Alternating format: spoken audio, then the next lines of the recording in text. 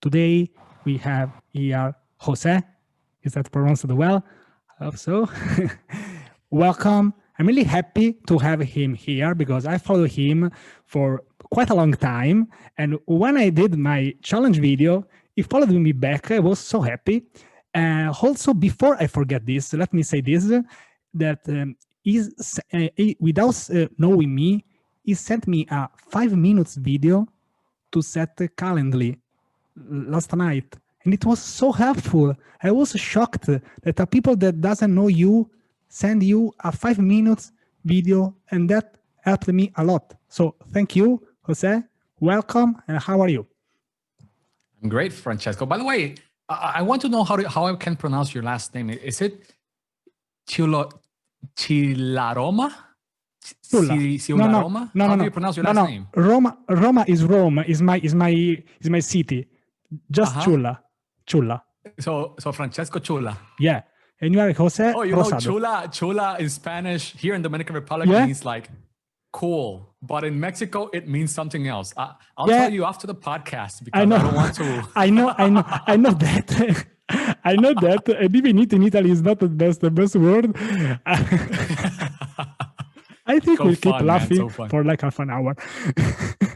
So I agree. Yeah. So okay. So let's get started. First of all, I'll say that this will be this is a special edition because Jose has been a developer. Is not actually coding, I think, but anyway, you are welcome here anyway. So so you want to talk a little bit about yourself because I want to know you more because we haven't chatted, I think, never. So we can just know each other now. Yeah. Well, let me tell you a little bit about myself.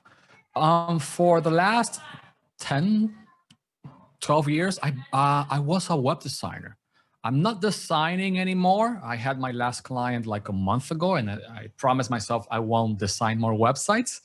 But sometimes you break your promises. But for the moment, I'm not a web designer. I used to be a web designer for around 12 years. And that led me into learning how to code a little bit. I went into PHP, into JavaScript. I learned about Ruby on Rails, so I had to learn a little bit of Ruby. I also got the hang of this PHP framework called Laravel, which is like magical. So I even developed something for my wife, even though we didn't use it. She owns like a music academy, and I created like a student management system with calendar and stuff like that. So I developed okay coding skills, but never to the level that I felt comfortable like teaching people how to code or teaching people how to do that or even selling the coding part. But that helped me a lot in regards to coding better websites. For a long time, I've been working with PHP, and sometimes WordPress doesn't work the way you want it to work, and the templates are broken or something broke up, and you have to tinker a little bit with the code. So it actually helped me a lot learning to code. So learning to code is actually a skill that, well, I recommend people to learn, especially in this podcast. That I guess that most of your listeners are coders. No, but that aside, all developers except you. Yeah, all developers. Yeah, so that's great, man. Yeah. Because here's the thing. Here's something I've realized over the years, that coding and anything in tech, it can be exponentially better for you if you learn how to sell, which is what I specialize in. And I've noticed that in the tech world, a lot of people struggle with the sales, either because they are afraid of being rejected, afraid of failure, afraid of feeling like they're overcharging, because the culture of the tech world is very, I'm going to give you a lot of free value, because of the open source, let's call it, way of doing things. So it's a lot of giving. And sometimes you forget about, I also need something for me. Okay. So that's my perception. Okay. I haven't been like within the tech world for over, I don't know, 2 or 3 years, but that's what I've been noticing. And I will likely talk a little bit about sales and how anyone that's listening to the podcast can actually start increasing their incomes, selling their coding skills, getting a better high-paying job, which is the dream, the six-figure salary job. That's the dream, you know, that's what people tell you about tech. You're going to get a high-paying job in a great company with a great culture where people like get together and create and change the world with software. So sales is part of that process. If you want to get hired, you need to sell your skills to your potential employer. So at the end of the day, all that can happen by any developer, any coder, any web designer who learns sales is that they can actually charge more money or get a better job. So do you have any questions about that? Because I'm eager to get started on talking about sales for developers and coders. Yeah, I think that what you say is perfect, because also me, I'm not that expert on to sell myself, because I'm just coded. I learned to code. I work in a quite good company, but the sell part, I think it's a bit hard. For what you say, that by having this open source, you just think that you should give everything for free. And this is not actually true. I think, especially if you want this as a job and not as an hobby, because if I were just building websites for just a friend, I can also do this for an hobby. Okay, but if I want to make this as a job, I need to get paid. This is this is a secret that I'm telling to everybody. So I'd like to know from you some things, maybe pretty basics. So let's start from the basics, I say. So the fundamentals are applicable to basically any domain and any industry. When you learn the fundamentals of sales, you can use it anywhere. And the main thing that anyone who is trying to sell something, the main thing that someone needs to understand about sales who is trying to sell something is that always start with the customer in mind. The customer might be someone that needs a website. The customer might be a potential employer that wants to hire you for some project that they have. Man, your potential customer could be your own employer, and you want them to increase your salary. You want a salary raise. So by understanding what they need and what they want, and you providing let's say, with your skills, the ability to actually help them achieve those things that they want or solve the problems that they have, it's exponentially easier for you to land most sales. Okay, so let's imagine that you are applying for a job. Okay, most people do the following thing: they just pray to God if they believe in God, or they just think like, oh, I'm going to get this job, I'm going to study for this job, I'm going to crush the test. Because you guys, like, I understand that you guys test people, you give them like a quick test to see if they are actually good at what they do. I'm going to crush that test. And then you know that you crush the test, but you don't get hired. Why does that happen? It usually happens because you are not good at selling yourself. And again, the easy ways to understand what they need. So here's an advice to anyone who's trying to, for example, to get a new job or whatever. Go into these people's website, okay? Read everything that they have in the about page, their mission, their vision. Read about the projects that they have. Try to find any news that you can find online about them. See on Google, you just type in the name of the company, click on the news tab, and read all the news and see what they're doing. Find any project that they have. And when you are, let's say when you're during the interview, talk about that project. You tell them, I was taking a look at the website, at the project. I even logged into the web page, to the app. I subscribed. I'm even a paid customer.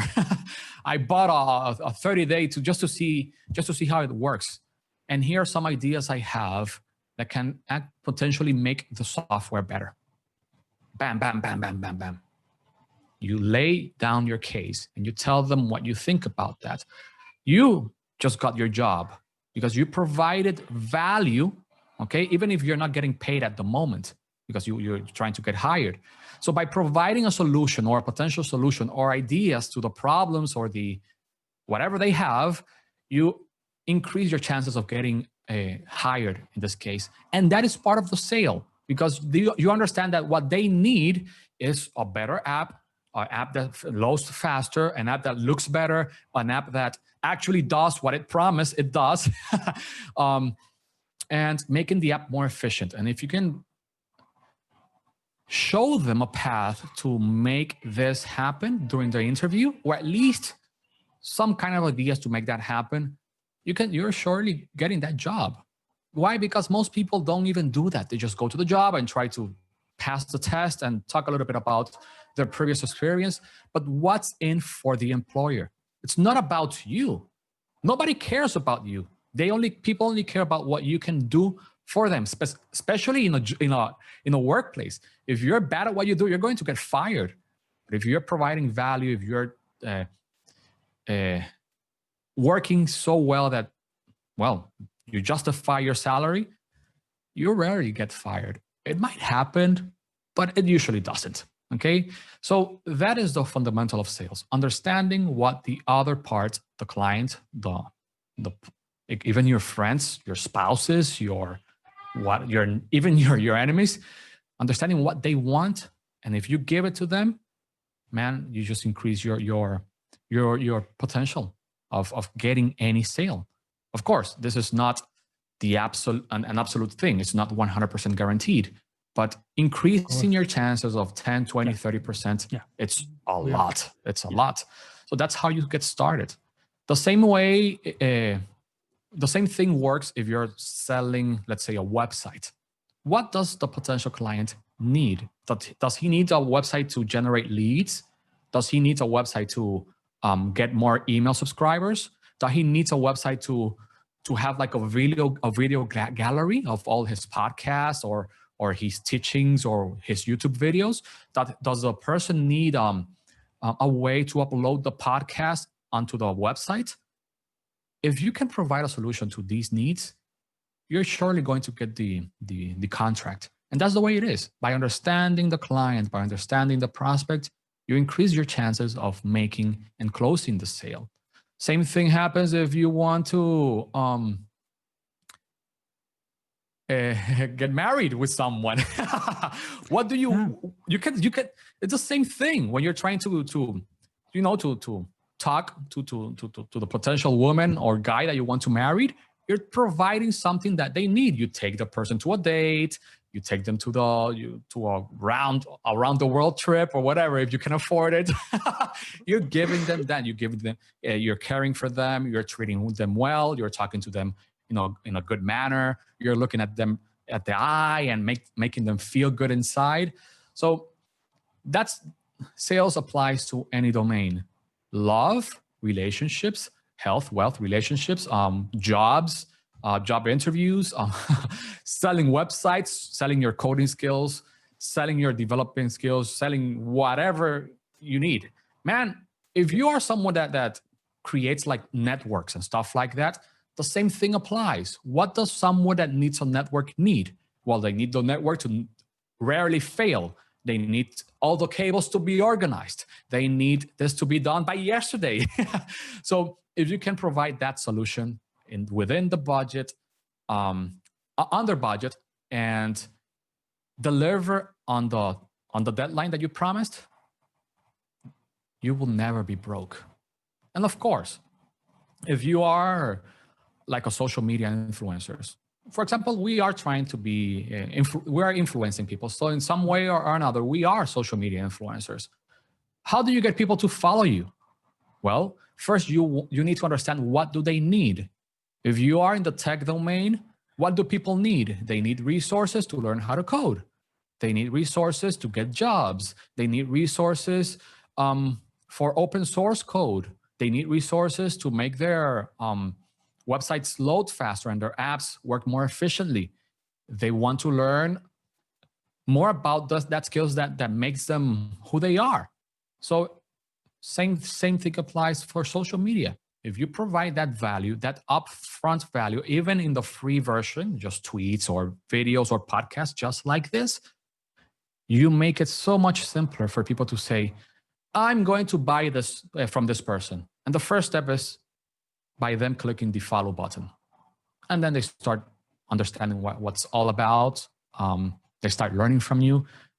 And they start developing trust in you. And once you have them trusting you, you can sell to them. You can sell coaching, which is something that I don't know why a lot of coders don't actually provide. You can, if you have an audience online, you can teach people how to do that one-on-one on group coaching. You can teach people how to do what you do with courses, with ebooks, with videos like this, with podcasts, even in a free or paid version. And for people who are well within the free stuff and the open source thing, and you have, let's say, an account that's actually providing a lot of value in the open domain and the free and in that thing, here's some advice to you. Keep doing that. Keep doing that. And I'm going to give you an example of a guy I met on Twitter. His name is Seno Rocha, at Seno Rocha, R-O-C-H-A. Seno Rocha, I don't know how to pronounce that in Spanish or in English, but he was providing so much value for free in GitHub with a free template for, I think it was for Visual Studio Code. And one day, he just decided to make a paid version of the product. I don't know, man. He made like $50,000 selling the premium version. He developed like the Dracula theme for VS Code, and I think for Sublime too, and for Sublime Text. And then he created a premium version and he got paid for that. So you can also capitalize on any fame that you have within the open source arena, because people already understand what you're doing. They like what you're doing, and you see all the stars in GitHub. So by understanding what people want and giving it to them, you just make it so much simpler for you to increase your income, get paid, get the job, and live that lifestyle that you want to live. If you're like me, you just want to live alone, nobody bothering you, which I guess most coders like that lifestyle, because it's lonely sometimes. You know, you're just in front of the computer and that's all you do all day for 8 to 12 hours a day, just in front of the computer coding. But that's what we like. I still like that. I like being alone. I like the solitude. Sometimes my kids come, I'm working from home right now, and well, for the last like 3 years. And sometimes my kid come here and they start like that. And of course I stand up and go play with them. But man, I actually like being alone a lot, which is a good thing and at the same a bad thing. But for coders, I think it's more a net plus. Do you agree? Yeah, I agree. I also like being alone. Yeah, I also I'm doing this kind of stuff because I like to talk to people. Yeah, but as you say, sometimes being alone, and they say that when you feel good when you are alone, it's very good that that you are good. You are good with yourself. You are good for yourself. And also, what you say, does this happen to you? Let me ask you a question. Yeah.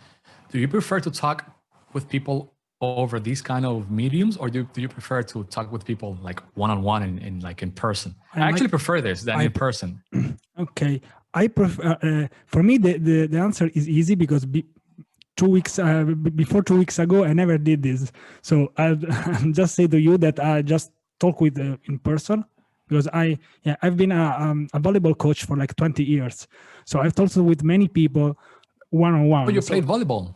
I played and I trained. I was a volleyball trainer for almost all my life. Yeah. In my challenge, I say I come from the sport world, just that. But that's it. So, and I like your style, your simplicity, because I think that sometimes we tend to overcomplicate things. Otherwise, sometimes the things are simple. I like your style of communication. We'll talk maybe about this if you want. How do you communicate things? But because I've seen one of your videos that I liked a lot, and sometimes things are simple. So we are humans. We want to be understood. This is very simple, but it works. Yeah, if you try to understand one person, that person notice that. Yeah, as you did with me by sending that video, for example. You try to understand what I needed in that moment. I'm taking this as example, but of course I. Did you feel when I sent Yeah. you the video on how to solve the Calendly thing? You felt good, didn't you?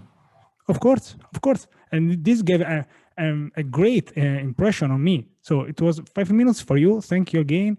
But for me, by knowing a person in that way, it made us so much difference. Yeah. So yeah. Of course, and that's also part of sales, man. If you see someone that has a problem, try to solve it for them. It doesn't have to be paid. You could just do a little favor for someone. And human nature works in the following way. I do a favor for you, and one day you'll do a favor for me, even if I don't ask for it. Maybe you see me one day tweeting about an issue that I have or struggling with something, and you'll remember the time that I helped you out without any prompt. I just send you a video about how to set up your Calendly account to schedule these kind of meetings. You remember that, and you'll start helping me out too. That's how you develop a friendship. You help the other person, and the other person helps you out. And if you don't help me out, not you, but the other person, let's say another person, that's a relationship that you don't want. Because friendships is about, I help you out, you help me out, we talk, we enjoy each other. And that's how we develop a great relationship. So it's also a great way to filter out people. By the way, I'm not putting any pressure on you. like I helped you out. I'm not expecting anything in return. I'm just letting you. I know exactly what you mean. Don't worry. I'm just talking about like human nature. It's part of human nature. You help me out, I help you out, and then wouldn't the world be better if we just helped each other out more than just criticizing and saying dumb crap on Twitter? Which I need to stop doing that. I still say dumb crap on Twitter. I'll stop doing that really soon. I got in trouble the other day. I called a vegan something, man, and vegans, man, you don't want to be mobbed by vegans. I love vegans, but you don't want to be mobbed by vegans. Remember, so we're talking about. I remember that tweet. I remember that. Oh yeah, it was a mistake. It was a big mistake. I realized. I even wrote an email about that. I sent an email, and I made like $200 sending an email about my big mistake. Yeah, of course. So you said something that caught my attention, my communication style. Let me tell you a little bit about that. Yeah. The way I communicate in English is so much different from the way I communicate in Spanish. In Spanish, Spanish is my mother tongue. It's my mother language. So I can be more descriptive in Spanish, even more engaging in Spanish. I talk way faster. You listen to me right now? I talk like at 1.5x speed in Spanish, way faster, like a lot more faster.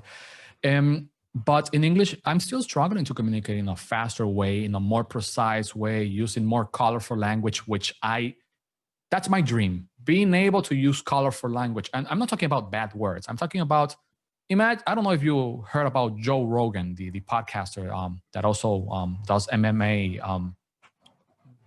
He's the color commentator of the MMA.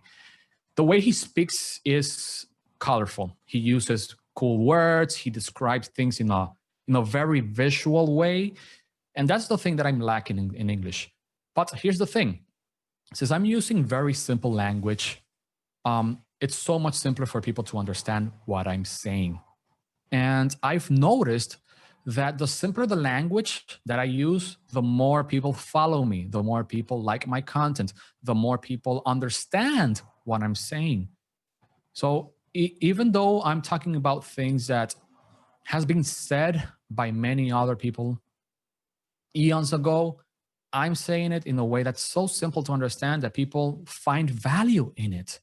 So here's a big lesson. If you have something to say it in your own words. That's how you provide value. That's how you create new things. And it's new because you're saying it in a new way, okay? And the great thing about doing that is that you will be surprised at how fast people will start saying, dude, wow, that's amazing. I have never thought about it in that way. Even though it could be something you believe it's fundamental for your skill or for your domain or for your industry. Say it and see how people react. And you don't have to be polarizing nor use negative words nor stuff like that to get attention. Simplicity also gets attention. And it's great. It's great to communicate to the masses. So even though I'm usually struggling to get better words and learn better words in English, I've realized that using simple words is one of my superpowers, specifically in English. In Spanish, not so much. And I owe a lot of my online success to the simplicity of my words. But with time, I'll start expanding my vocabulary. I'll start talking a little bit more in a visual way. And when I'm saying visual way, when I say rock, you imagine a rock. But if I say a network, it's really hard to imagine a network. You can imagine many computers, or you can imagine a lot of things connected, or a web or something of interconnected stuff, but it's really hard to imagine it. So that's what I'm working at right now. Either way, when I first started to talk this language, this beautiful language of English, it was very stressful. It was very, very stressful because I had never spoken in English for more than, I don't know, 15 minutes, like at a time. My dad is from Belize, America Central, Central America. And their language is English, their main language. But he never spoke to me in English. But here's the thing. He got a job here in Dominican. I live in the Dominican Republic, by the way. He got a job here in a school, a bilingual school, one of the best bilingual schools here in DR, Dominican Republic. And he got a scholarship for both me and my brother. And all I learned about English, I learned it for like around 5 years until I was like maybe 10 years old, from 5 to 10 years old, more or less. And that's my base. After a while, my dad quit that job, and I never spoke English again. Not even with my dad. Sometimes with any cousin that came from the United States to the Dominican Republic, but that's it. So when I started talking in this language, it was very stressful because I didn't know if people were understanding me, which was a big mental drain for me. Until one day I tweeted something online, and someone who became a friend, Ryan, his name is Ryan, said to me that he loved what I tweeted about. And that caught my attention because nobody had told me that before online. And I told him, like, dude, thank you so much. You know, English is not my first language, so I struggle a little bit to get my ideas on paper and then tweeting it. I actually translate the tweets from Spanish to English and then on Google Translate and then post it online. But that time I didn't do that. And he told me something that changed my life. A freaking tweet changed my life. He said, hey, Jose, if you didn't tell me that English was not your first language, I would have never known that. It's great. After that, I just started tweeting stuff in English, started doing more live periscopes in English. And basically, I've been doing that for the last 3 years. I've forgotten a little bit even how to talk in Spanish because all I do is speak in English, persuade in English, create content in English, writing in English a lot, at least 800 to 1,000 words every day, more or less. So my life has changed since I started, since I put away my fears of being judged and just started talking about my ideas. The same thing happens when you're trying to get a job. Talk about the ideas that you have for the company that you want to work with. Talk about the ideas that you have for the client that you're trying to close. Talk about the ideas that you have with your potential spouse. If she likes it or if he likes it, maybe you get married. Who knows? So sales is also communication. And simple language is one of the best ways to get yourself understood. And once people understand you and internalize your message, they start trusting you. And trust is the first step to closing any sale. Have you ever bought something from someone that you don't trust? Never. You'll buy from people that you trust. And the only way you can persuade people into trusting you is by communicating your ideas in a clear way. Cool? Yeah. Thank you. And I also can confirm this, that you speak English very well. I don't know how did you speak, English 3 years ago. I can say to you my experience. I've been speaking English with other people than my girlfriend, like in 1 month. So before that, I know how to speak in English, but I never ever made practice with people. So this is kind of new to me. Now I'm like practicing English like 4 or 5 hours per day. So I think that at the end of these 100 videos, I'll watch the first ones, and they will be so cringe. And you're cringe. Yeah. I've tried to play some of them, and I had some very strange. You have like an adverse reaction. Probably I still have, but what you say is really great. That it and for language, it's a lot about confidence, because you need confidence to speak in a proper way. So I'm still not perfect, of course. Maybe I need years to do this way better, but in 1 month I did some progression. So I like that. Yeah, I'm really enjoying this. Yeah, I also like to hear your story, what you did. Also, that we are both not mother tongue. So yeah, sometimes it's hard because, for example, for me in Italian, I also speak way faster. I think a little bit faster when I speak in English, but yeah. So yeah. So I remember when I was in college, I met this girl. She was, oh no, forget it. No, it's not Italian. It's Portuguese. But I learned some words in Italian. I think I can say like, mi chiamo Jose. That's Italian, isn't it? Perfect. That's it. I need to learn some bad words in Italian. That's one of the languages I don't know bad words. But this is not the right place to learn it. I'll teach you so many after, because I don't. Don't let me edit these words. I'm a bit tired of. I'm editing so much these days. Forget it, man. Leave the bad words. Some bad words. YouTube doesn't censor a lot of bad words. Yeah. So, for example, a couple of minutes ago, I said crap. YouTube doesn't censor that. But other words, I highly encourage you to put a beep. So there's no problem with that. So I forgot to ask you about that. I usually curse a lot in podcasts, but I forgot about asking you, so I just haven't been cursing, just to avoid, just to help you out with the bleeping out and stuff like that. Yeah. I wanted to talk about that.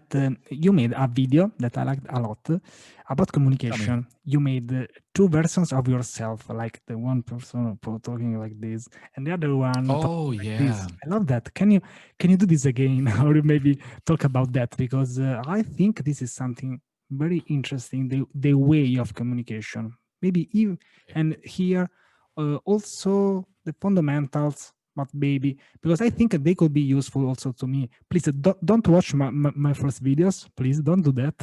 Don't do that. But I'm going to after the podcast. I'm going to go to your YouTube account. I'm going to crop part of the videos, and I'm going to splash it on my Twitter account so people can see you talking your first podcast. I'm done. I'm going to do that. Yeah, I'm done. You're going to be canceled. So let me tell you about communication. So when I'm doing podcasts, I imagine myself as someone else. Right now, I'm not Jose Rosado. I'm someone else. I'm a more persuasive, more engaging, more high energy person. But that's not me in reality. Now, I'm not faking who I am. I'm just adapting my personality a little bit more to make myself more engaging and more entertaining. So I'm doing this for the pleasure of the listener and the viewer. Okay. But if I were my normal self, I would be talking like this, slower. And as you can see, this is my normal self. This is how I talk in reality. This is my normal personality. I'm usually, hunched over. So, and you can see the difference.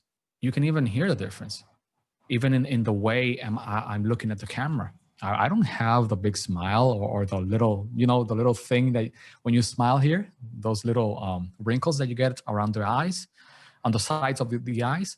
So this is my normal self, but this is my podcast self. And you can see the difference. You can listen to the difference, especially in my eyes. So when you're trying to persuade someone, it's good to communicate in a more energized way. Now, here's the big money-making fact. You cannot be way more energized than the other person that's talking to you. So if someone is like very laid down and they talk really slow, try to be around that same energy level. Because if you're too high energy around that person, you're just going to make that person uncomfortable, like really uncomfortable. But if you're, and the same thing happens the other way. If the person you're talking to is very high energy and you're like low energy and you're like just, I don't want to be here. At least that's the perception that you give when you are like that. You're going to make the other person very uncomfortable. This applies even for, again, let me go back to the job interviews. If you're being interviewed by someone who is talking really fast and energetic, try to be at that level of energy. You will make that person feel more comfortable, and that leads for them to trust you. Okay? So there's no problem with you changing your personality a little bit to make the other person feel comfortable around you. I believe that's an honorable thing to do. A lot of people say, no, I have to be the same way everywhere I am. That's dumb think. That's the wrong way to approach life. And if you being stubborn, okay? When you're stubborn, you're just missing out on creating better relationships and being better around other people. Now, this doesn't mean that you're going to be licking everyone's boots. No. You want to make them comfortable by being around their same energy level. High energy, you want to be more energetic. Low energy, you're going to be a little bit laid back and you're going to talk a little bit slower. And you're just going to lower, even you can lower the tone of your voice.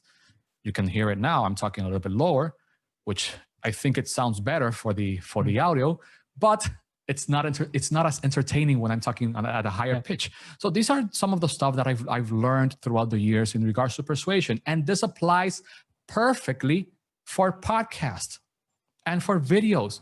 For videos, for example, in my case, I move my hands a lot because it helps me convey my message in a more clearer way, in a more precise way. So you notice that, bam, that little movement I did with my hand makes emphasis on the word, okay? So it works great for persuading people in a visual manner where you're moving your hands a lot and you're, and of course, your hand movement needs to be aligned with what you're saying. Of course. Because for example, if I say you want to grow your account and I move my hands down, it doesn't look well. Yeah. You want to lower yourself and I put my hands up. It looks weird, isn't it? Yeah. But it's still funny. It's still funny. So yeah. Moving your hands and the way you close your eyes a little bit when you're laughing and talking with a big smile on your face makes the communication so much better and more pleasurable for the other person. Yeah. So from what I can see from you, you seem to be enjoying this conversation. Yeah. But if I were my normal self, I think you wouldn't be enjoying it too much. Yeah, you'll be doing that.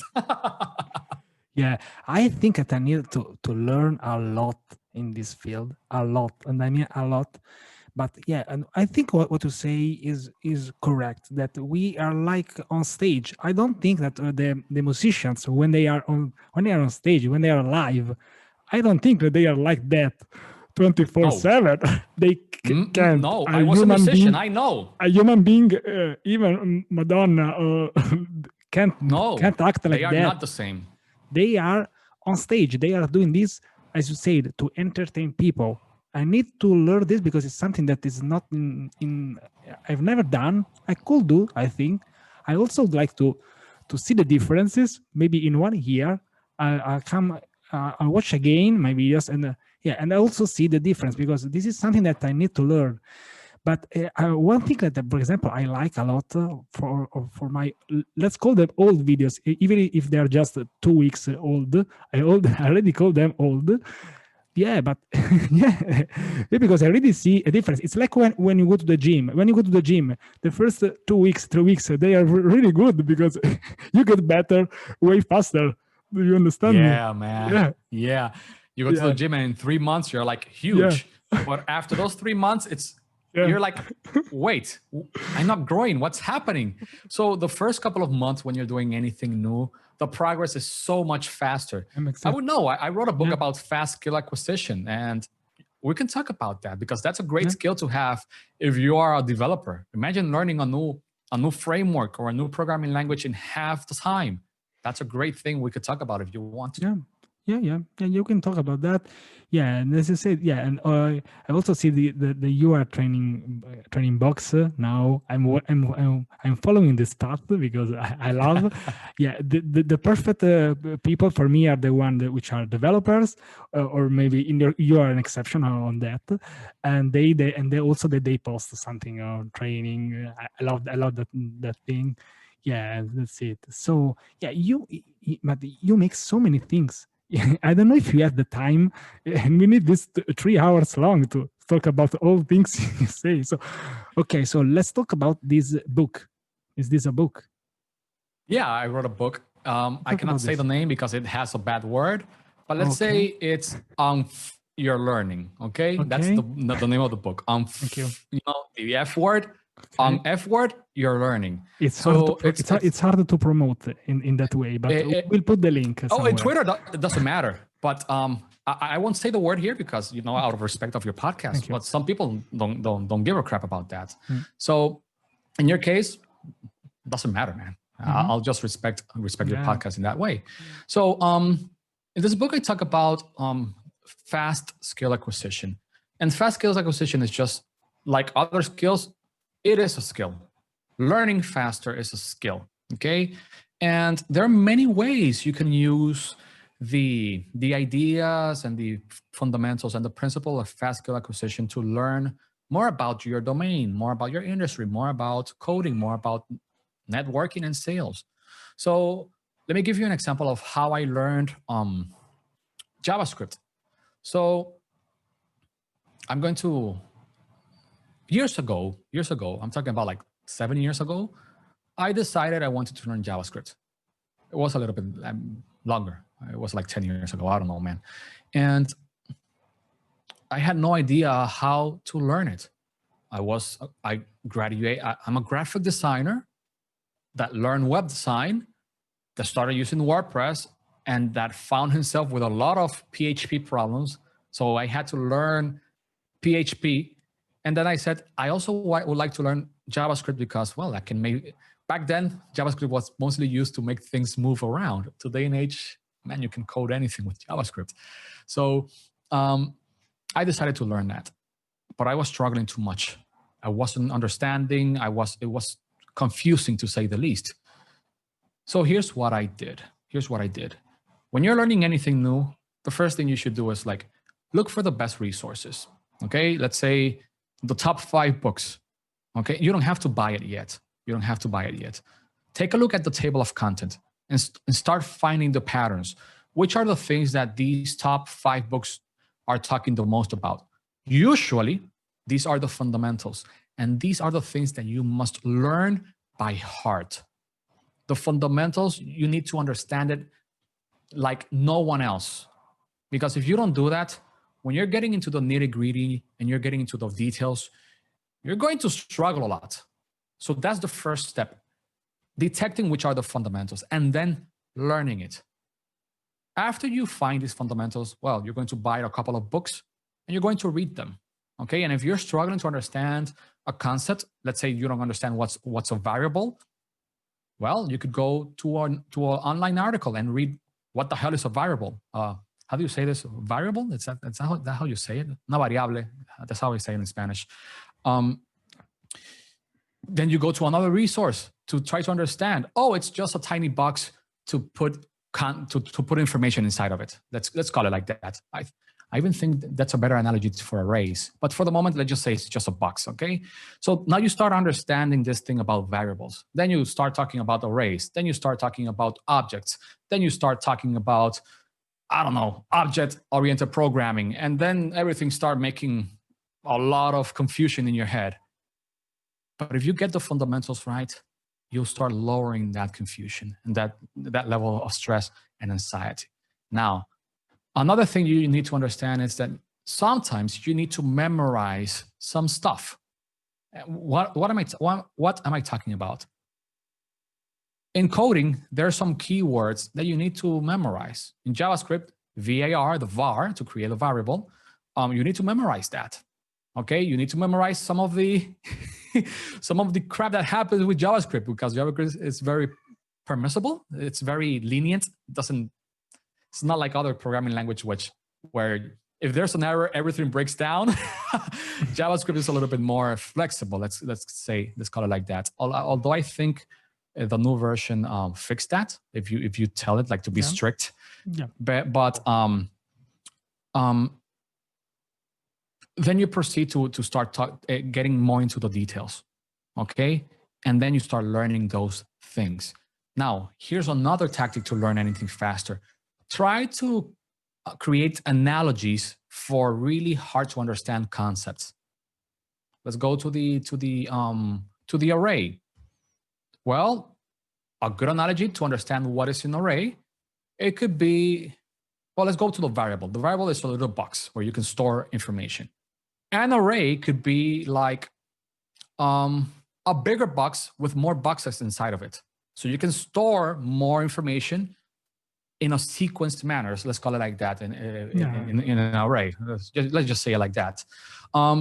So you can imagine these concepts in a visual way. We are visual creatures, so it's much more simpler when you imagine conceptual stuff and very theoretical stuff in a visual way. So create analogies, create metaphors about those really hard to understand ideas and concepts that you're struggling with.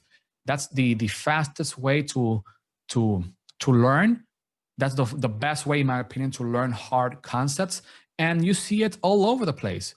If you see, for example, how Einstein describes his theories, it's very visual. He imagines himself like riding on top of a light beam, for example. You can imagine that, okay? If you go through the archives of this guy, they call him the Great Explainer, Richard Feynman. He's a physicist too. He was one of the Project Manhattan's guy who created, I think, the atomic bomb. He also uses very visual language. And it's very easy to understand the ideas that he presents because of this visual language. So you substitute concepts for physical and visual things, and it makes the process simpler, okay? So by understanding some of these principles of learning and how the human mind learns, and understanding that there's also something called spaced repetition, where you just study something today, then you start it 3 days later, then 5 days later, then 7 days later, then 15 days later, then 21 days later, then 30 days later, something like that. It makes the learnings faster too. And you're going to memorize it way faster than just trying to do it one time a week. Okay, this is what we call spaced repetition. So by merging all of these ideas of fast skill acquisition, you make the learning process so much simpler. Regardless of the industry that you're in, this will help you learn faster. And in today's age, where things move really fast and every day you see a new JavaScript framework in the market, and if it's not Vue, it's what happened to Angular, by the way? Did it die? I stopped seeing people talking about Angular. It's still there, but people talk about that in a bad way.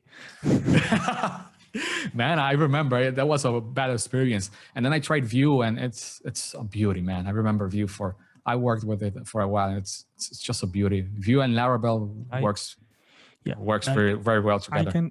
I can tell you, I had many people talking about Vue here, many people, and no one of them say that Vue is not good. In my opinion, it's simple, man. Yeah. So and I think I also had a person who has used Vue and Laravel, and he's so excited about that. Yeah. So my curiosity about Vue is growing at every interview. So you should take a look. One day. I'm a novice. Yeah. And I liked it. It's because it's so simple. It works and it's really fast. Yeah. Thank you. Yeah. So thank you. What to say? I like what you say, of course. Yeah, I agree. I like your style of communication. I watch some of your short videos. You are posting some short videos. You are almost everywhere, Instagram or Twitter. Yeah. So I've seen your introduction on YouTube, which is very good. I've just commented there.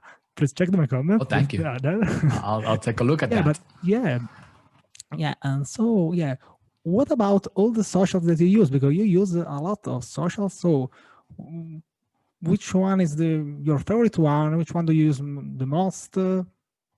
What can you say? For what? For creating videos? Yeah.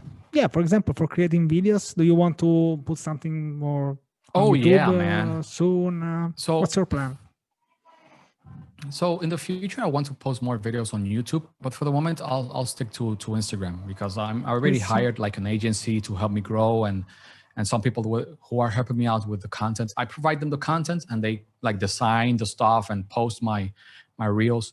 But that aside, creating content for Instagram, it's rather simple, man. I have a really simple app here in my phone.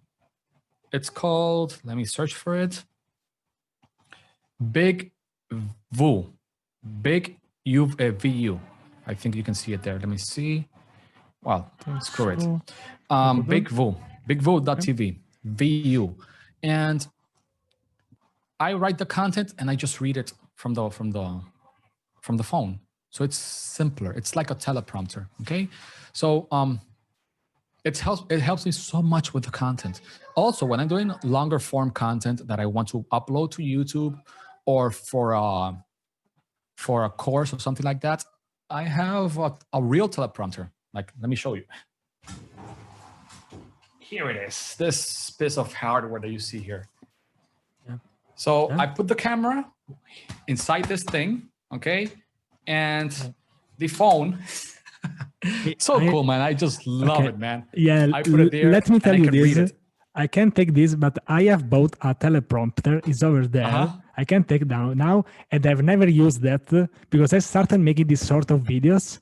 So I'll use this in my next videos, but I'm looking forward for that. And before that, I didn't even know that teleprompter exists.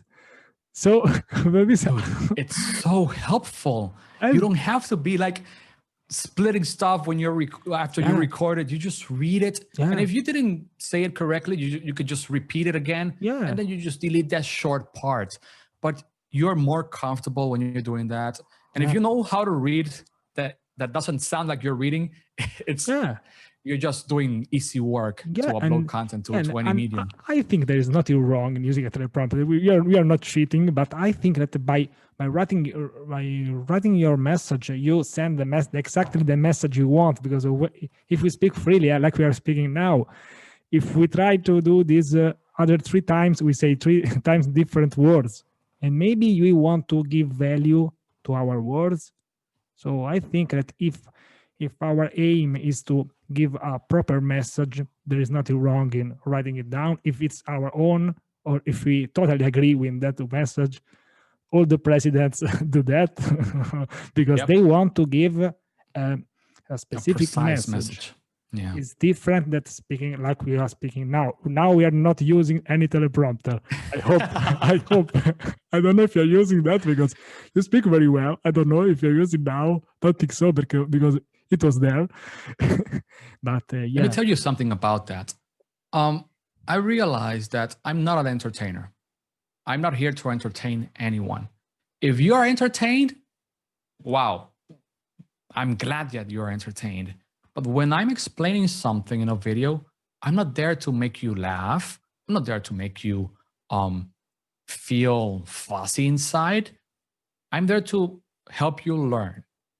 And if I'm struggling to convey my message in a clear and precise manner, I'm failing as a communicator and I'm failing as a teacher. Okay. So if you see any big YouTube account that it's about teaching you how to do something, or it's about very technical stuff, most of these people are reading through a teleprompter.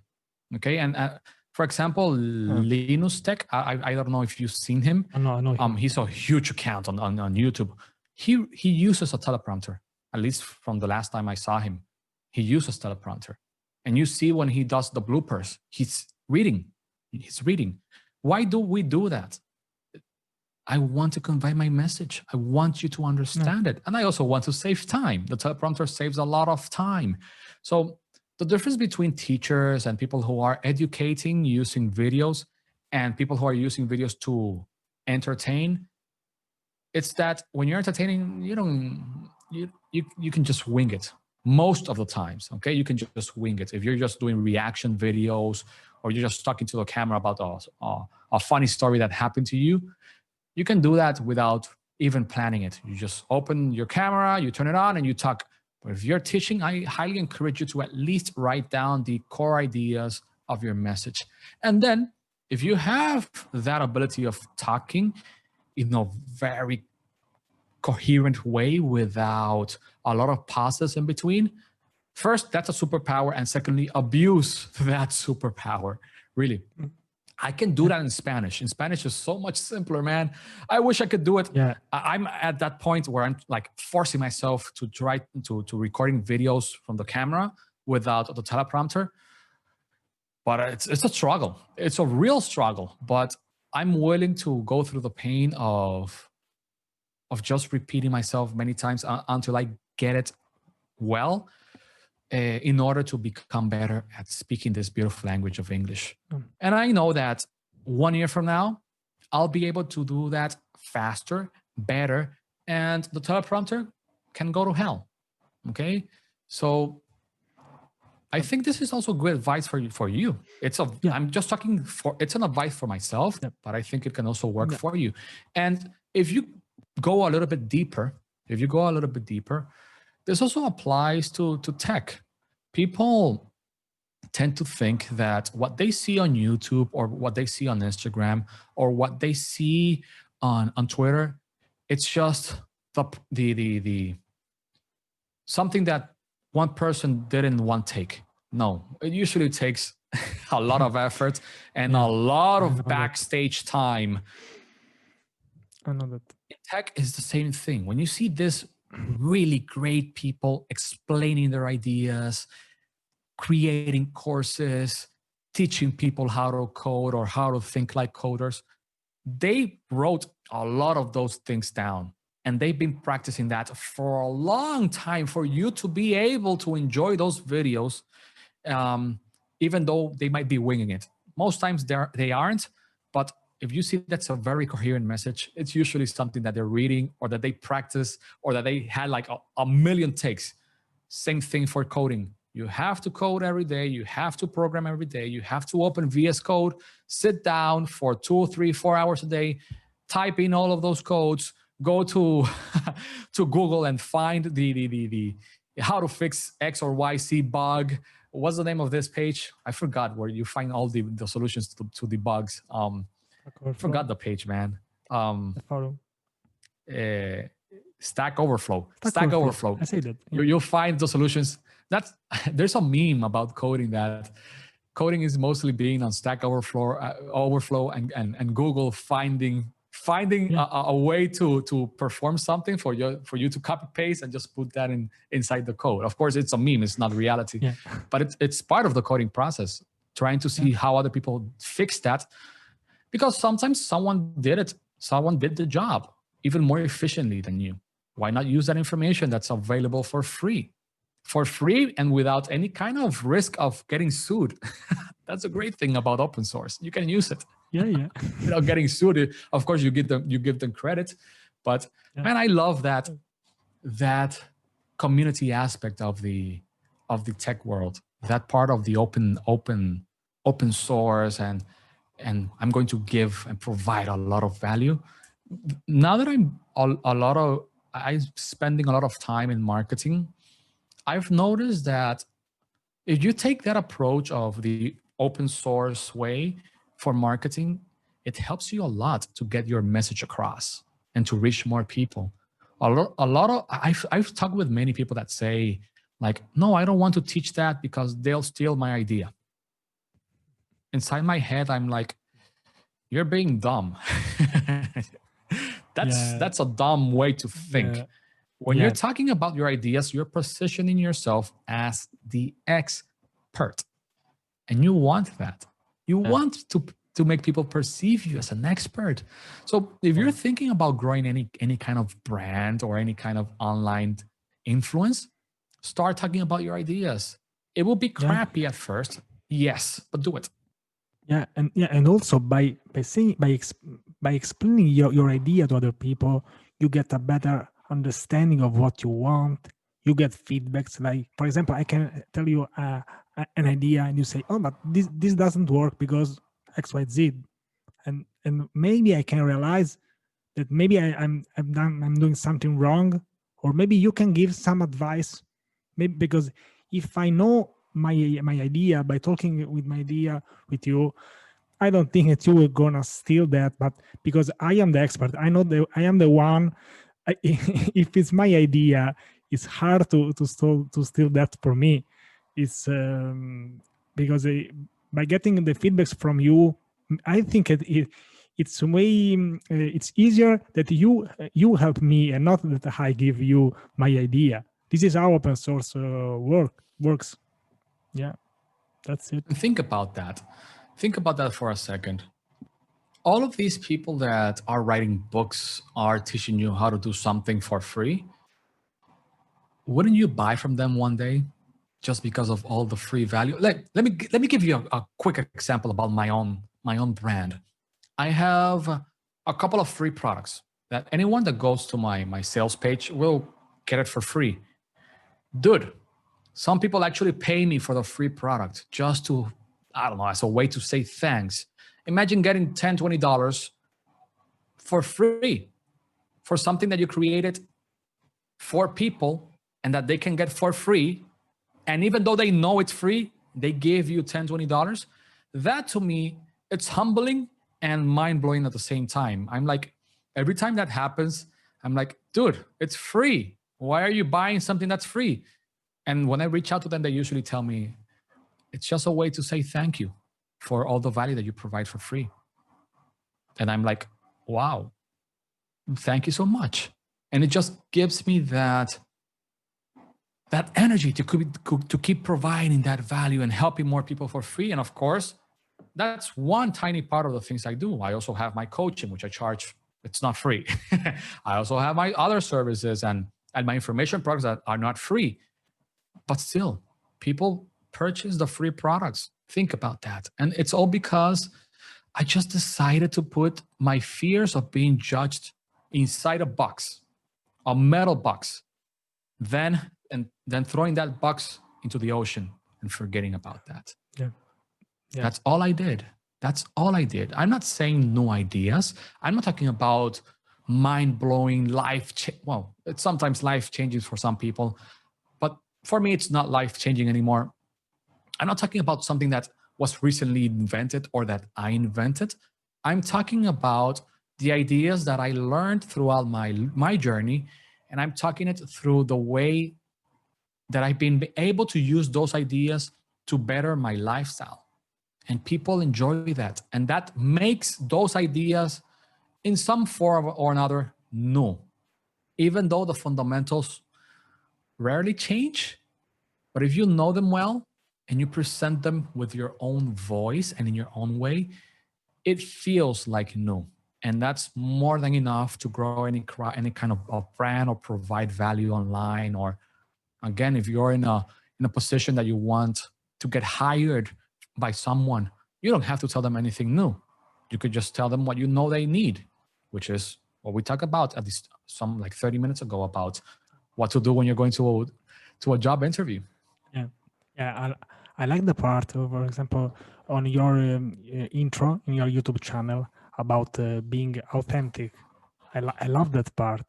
Can we talk about that? Like, yeah, well, 1 minute. Can you hear me? Yeah. So I can hear you perfectly. Yeah. So, So how being much is authentic. important? Yeah. Being authentic is not as important as people say. Okay. And some people might take this out of context, but I don't care. I've been through a lot on Twitter and online. So I don't care if people take that as the worst way they could take it. Being authentic, it's overrated, to be honest. I like to think of myself as unique, but dude, I'm not unique. If I shave, a lot of people say that I look like Barack Obama. So, so I'm not unique. Okay, I'm not the last Coca-Cola in a really hot desert. I'm not that. And to me, that it's a big realization that took off a lot of weight from my back. Because when you're trying to grow any brand or trying to position yourself as someone that's unique, you create a lot of stress that you don't actually need. So, what do people think when they think about being authentic? Well, every mind is different. But let me try to explain what I think people think when they think about being authentic. They usually think about being outgoing, being high energy, posting new stuff, stuff that only you can do, stuff that's outrageous, things that catches your attention really fast. That's what usually people think about authentic. That's why I say it's overrated. Online, a lot of people use that idea of being authentic to abuse the algorithm and to abuse of people's attention and to grab and mug their attention. So I don't give a shit about being authentic. I just post whatever the hell I want. And sometimes it gets me in trouble, like yesterday. No, like the day before yesterday, before we recorded this podcast, I got in trouble for being too authentic. This is what you deserve. You right there, I deserved it. You get what you deserve. I deserved it. I deserved it. I won't even talk about that because it's too polarizing. Yeah. But that aside, I just post what I like. And here's some advice to anyone who wants to be, between quotes, authentic online. Post the warts too, the bad things. So I've been posting some videos of me boxing since February. I've watched them. Yeah. And if you see that first video that I posted, I didn't even know how to throw a punch, even though I fought a lot. I watched the 1 hour in ago. high school. I watched the 1 hour ago. It's different, man. It's different. It's different. Maybe I could share my screen to show you that. But that first video I posted of me boxing for the first time, I'm like sluggish, slow. My body feels like I have like 1,000,000 tons on top of me. The video that I posted today, and today we record, it's November 13th. Yesterday. I'm quick. I'm way faster, like 3 times faster than when I started. And when people see that, my audience see that, they say, wow, that's a huge progress. And it's not, and I received the following message many times. Dude, I love it how you post your progress. It makes me feel that you are human. So in some sort of weird way, that's a way to be authentic. Just posting your progress. At first, it will be horrible. People might even make fun of what you're doing. Most times they just applaud you for even trying, okay? But sometimes you'll find some trolls that will try to to bring you down, but you just block them or laugh at their face. And probably they never throw a punch in their lives, probably. Yeah, usually when people make fun of you online, it's because they're just projecting their own insecurities. They don't know how to do it. People who know how to do something usually encourage people who are trying to learn that skill that you're talking or posting about on social media. When they come at you, it's usually, can you imagine like a real boxer coming to your video and says that you never. Conor McGregor saying, "Oh, you box so bad." It's not like that. Or if you play football, never. Cristiano Ronaldo comments on you, "You are so bad." It never happens. Never. That will never happen. Never. Any professional that does that will lose respect of their following and their fans like that. So, for example, when I have a web design course, and every time I receive a message from someone with, I don't know, with asking me for feedback of their website, and I open the website and it's like ugly, I don't tell them, dude, what the hell is this? I tell them like, wow, that's a great effort, man. And here's some ideas of the things you could do to make it better. Move this around. Instead of using this color on top of this color, read this article to understand a little bit more about color theory, and I guide them. I don't make fun of their website. It could be the ugliest website, but the fact that they put in the effort to do something, to post it, and to send it to me, even though they might know that it's ugly, to me, that's heartwarming. And that's being authentic, let's call it like that. So, yeah. And I mean, this is what makes you an expert, because if you are not an expert, you can say, I don't like this site. Instead, you say, you can change this, you can change this.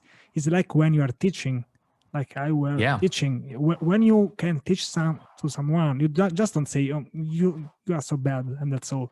You understand what's the problem, and then you try to solve that. Maybe one at a time, but that's the way when an expert kicks in and he says, this is wrong, this is wrong, you can change this to this, and not just, I don't like it. Do you agree? I agree. And you as a teacher of volleyball, you know it. So I know. I can just imagine how many crappy players you've tried to teach. Yeah. And I think that your box trainer doesn't say, oh, you punch so bad. You say, never. Put in that way. Yeah. Use your leg. Use your shoulder. It doesn't say, I don't like your style. Never.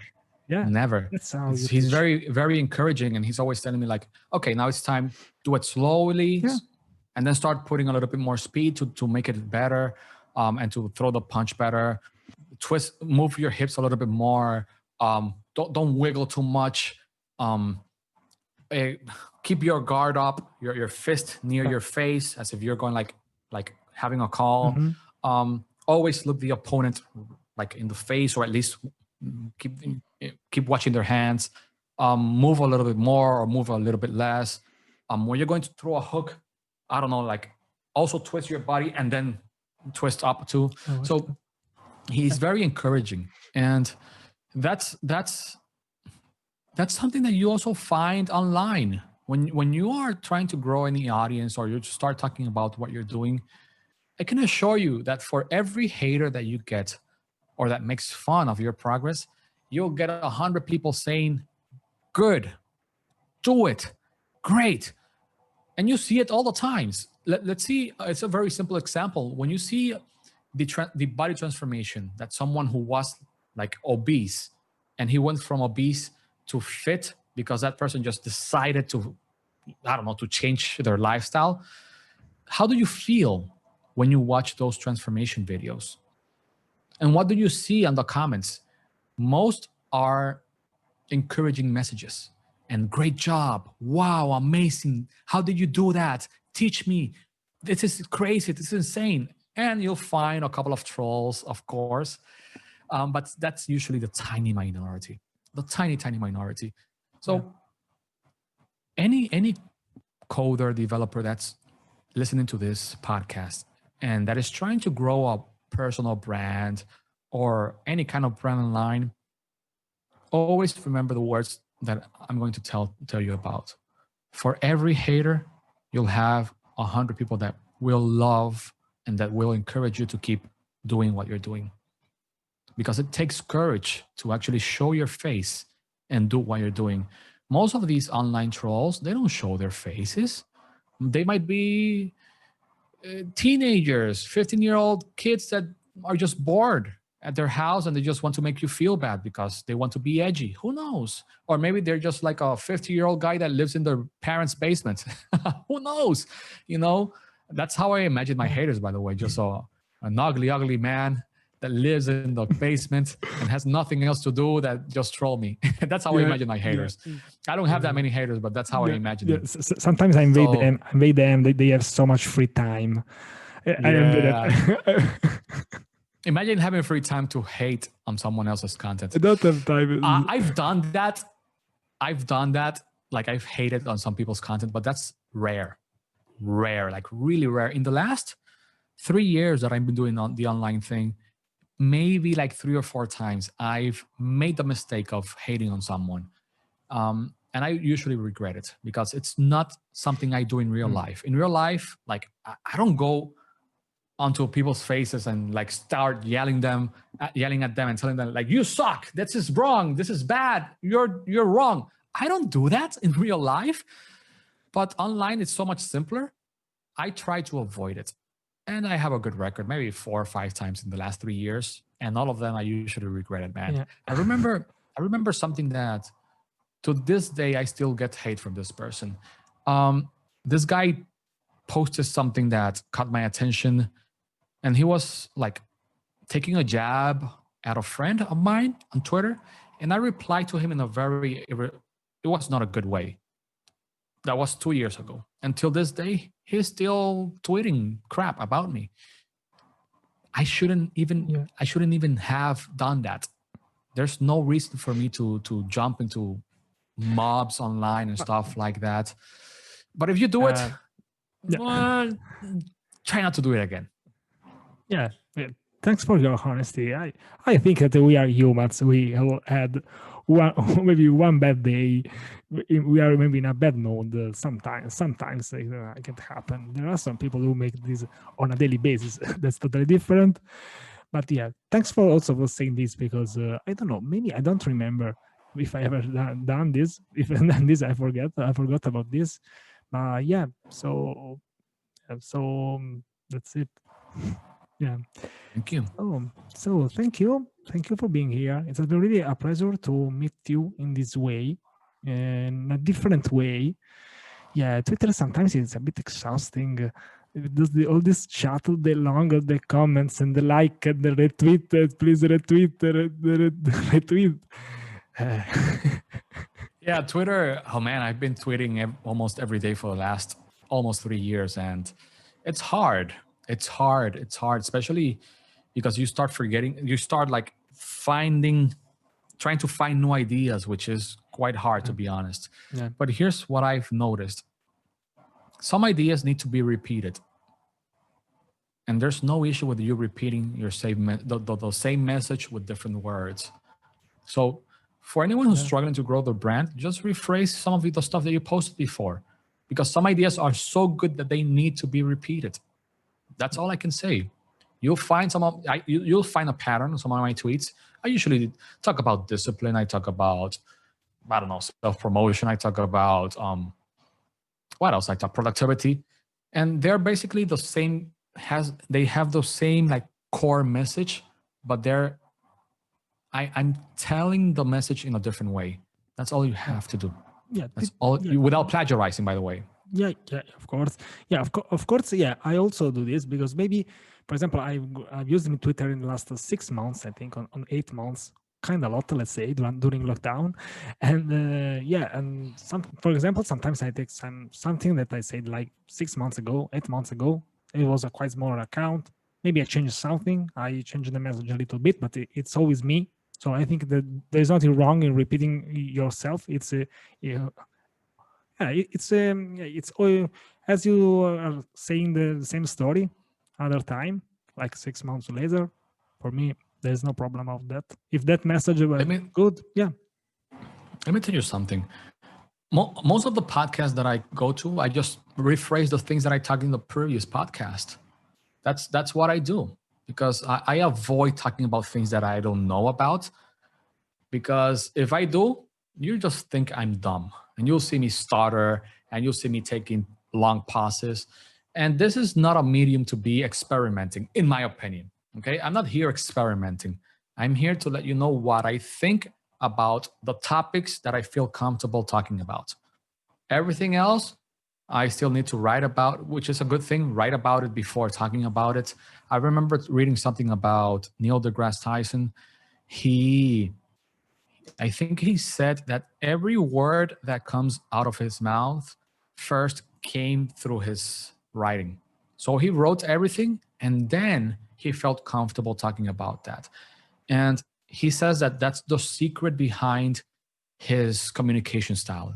And I don't know if you've seen him talking. It's very engaging, the way he talks like that, very passionate without stuttering, word after word, describing the cosmos. He practices that. It's not, he's not improvising. He already knew what he was going to say. So I highly encourage you to do, the listener or anyone who's listening, to do that beforehand. Don't wing it.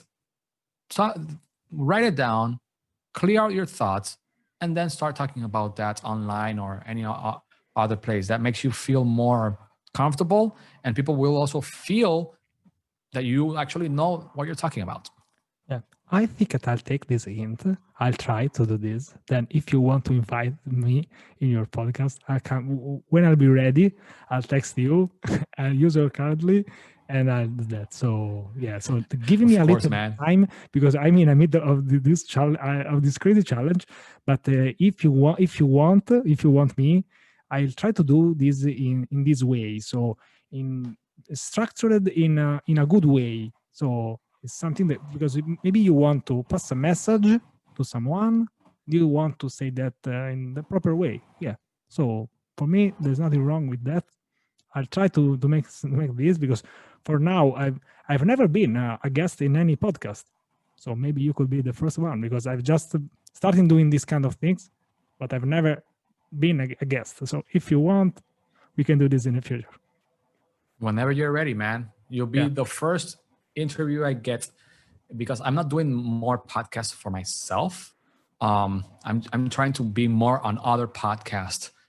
So whenever I restart mine, I'll send you my Calendly link to set it down. Perfect. Now I can use Calendly perfectly. And it solves everything. By the way, we've been talking about Calendly. Calendly is just a software you can use to schedule meetings. It's free. The paid version is amazing too, but the free version is it's too good to be true. To be honest, it handles all the time zones. You can even ask questions on the calendar form, and it's just a beauty of a software. Yeah, I think that I use that in the future because I need that. So yeah, thank you for being here. It was really a pleasure to talk to you.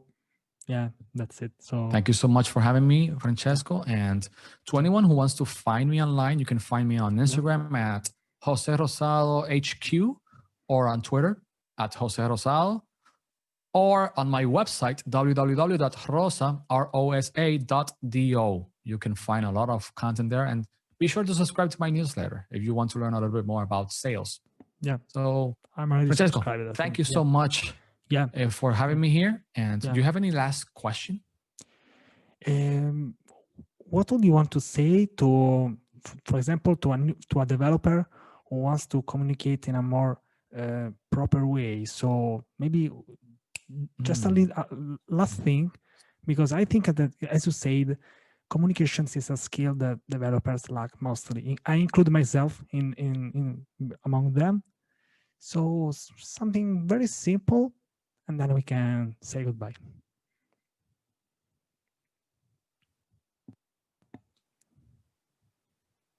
Write it down before you say it. Before you say anything about what you're doing, write it down, and remove all the fluff. Anything that you feel is it's just not adding to the text, remove it. It's usually like 20 to 30% of the things that you write. It's fluff. Remove it. Remove the things that you're just repeating yourself. Remove it. And stop using jargon. Remove the jargon from your speech, especially if you're talking with non-developers. If I'm talking with a developer, of course, I'm going to change the way I talk. I'm going to use more appropriate language. But when you're talking to the mass, when you're talking to a potential employer, which sometimes they're not even coders, you need to talk simpler. Use simpler words, shorter words. Don't try to impress them with all the technical knowledge. Okay. Don't try to impress them with all the jargon and all the terminologies and all the tiny details that nobody cares about. Talk about the macro, about the big vision. That is way more important than the tiny details. And this works for basically anything. If you want to persuade people, if you want to communicate better, talk about the big picture. Talk about the macro. So imagine that you're like an eagle and you're flying over something. What do you see? You see everything. Talk about that huge thing that you're seeing instead of talking about the tiny little house in the corner. Talk about the prairie and the roads and all of those things together. Talk about the city instead of the tiny little place at the corner of your house, right at the corner. So it's better to make people understand that you know what you're talking about. It's better to persuade people into trusting you. It's better to reach out to more people. It's better for communicating with people who have no technical knowledge. And it just makes you seem more approachable because people understand you. Imagine if I start talking in Spanish right now. Tú no me vas a entender nunca en tu vida si yo te hablo en español. Si yo cambio mi lenguaje español, tú no me vas a entender porque no estoy hablando tu lenguaje. Maybe you I'm understand Italian. me a little bit. I'm Italian, and maybe I understood what you said. Yeah, but yeah. Anyone that doesn't know any romantic language might struggle a little bit. Yeah. So that's a simple experiment. Most people will not ever understand what I just said if they don't know Portuguese or Spanish or Italian. If you only know English or Russian or Mandarin, did you understand me? Of course not, because I'm not talking in your language. Talking people's language. And I'm not talking about precisely the mother tongue or something like that. Talk in simple words. Talk without the jargon. It's way better to communicate your ideas. Thank you, Sam. This has been really amazing. And yeah, so have a nice day. I don't know what time is there now, but now it's 4:30. 4:30. Okay, yeah. So yeah, you have still a bit. Yeah. But thank you. Yeah, this has been really amazing to know you in this way. Yeah, I think that I remember this because it's different to know someone in this way. It's way better. And thank you for Thank you so much. Thank you for your support. Now I know that video was really worth because yeah, it was a bit hard to make because sometimes it's hard for me to ask for help. I just like to do things alone. I need to do this alone. So to ask to other people to do something for me, sometimes it's hard. But yeah, I want to take this YouTube channel seriously. So I needed a little bit of boost, and not in subscribers, but feel the people that, as you said to me, that you can do that. So a little bit of validation, a little bit of people encouraging me. Sometimes I felt that I needed that because I had 2 weeks really full of calls and other things to do. So yeah, I did that. Now I know that I did it correctly. Yeah. So perfect. Yeah. So I'm looking forward to watching you complete your challenge, your 100 videos. I hope so. Yeah, and yeah, I want to see the difference between video 1 and video 100. I have also something in my mind that you'll see in the end. Yeah, and let's see. I'll make a reaction to my old videos. Yeah, so that will be fun. That will be fun, Francesco. Yeah, Thank you, Jose. Have a nice day. Have a great day, my man. Talk to you soon. Bye. Bye bye. That's it.